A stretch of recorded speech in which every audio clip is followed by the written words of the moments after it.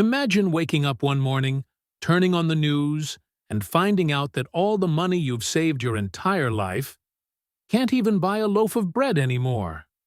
Not because the bakery raised the price out of greed, not because of a disaster, but simply because your money has stopped meaning anything.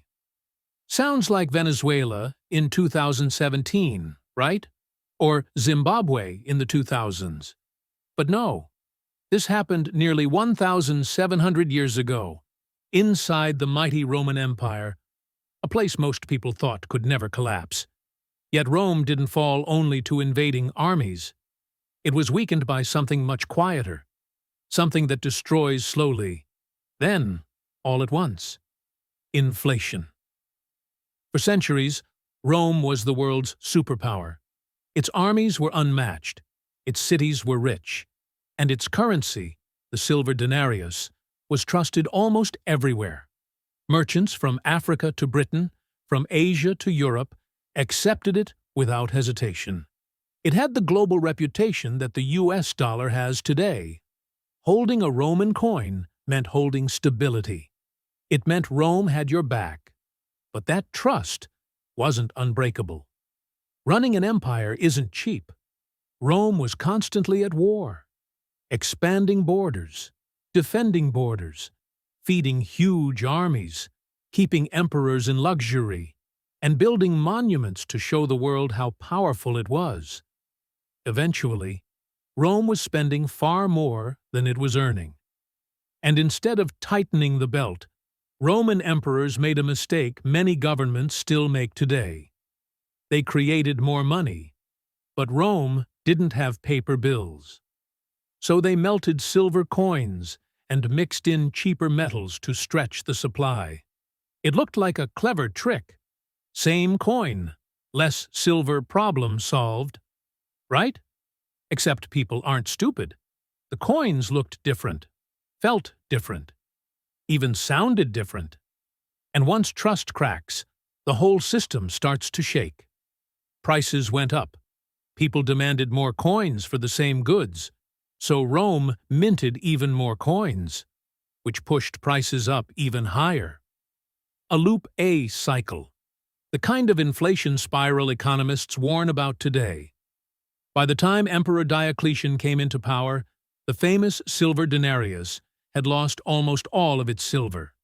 It wasn't real money anymore, just metal pretending to be money.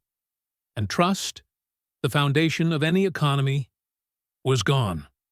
Now imagine being a normal person in Rome. A coin that once bought a sack of grain now buys only a handful. Tomorrow it might buy nothing. Wages can't keep up. Savings disappear. People panic. Many stop using money altogether and return to bartering, trading food for tools, tools for clothing. Even the government started collecting taxes in grain instead of coins, because the coins weren't worth taking, and as often happens in hard times, corruption spread. When money loses value, so does honesty. In the year 301, Emperor Diocletian tried one last bold move. He froze prices. He published a huge list that set maximum prices for almost every product and service in the empire. Bread, meat, clothing, wages, everything had an official limit. It was the ancient version of governments today, trying to control hyperinflation by freezing prices. And just like today, it failed. Merchants ignored the rules, black markets exploded. Trade collapsed even more. Roman soldiers, once paid in precious metal, started demanding food instead. Because food was real value, the money wasn't. Once people lose trust in a currency, it's almost impossible to bring it back. Trade slowed to a crawl. Provinces stopped sending taxes. The giant empire began to break apart from the inside.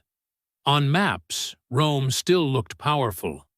But economically, the real emperor was now hyperinflation. History never repeats exactly. But the pattern, the pattern comes back.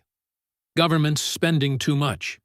Central banks printing money, prices rising faster than wages, people losing faith in their currency.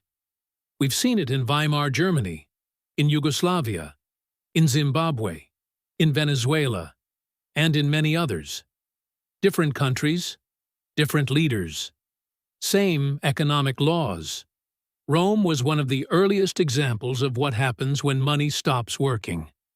By the 4th century, Rome was a shadow of its former self. Its economy was shattered. Its currency was worthless. Its armies were hungry. So when new invaders pushed on its borders, Rome simply couldn't defend itself. Not because Romans forgot how to fight, but because inflation had already beaten them long before any enemy arrived. The empire that built roads, aqueducts, and cities was undone by its own money. Hyperinflation isn't just economic chaos, it's a warning, a reminder that no nation, no empire, is strong enough to ignore basic economic rules.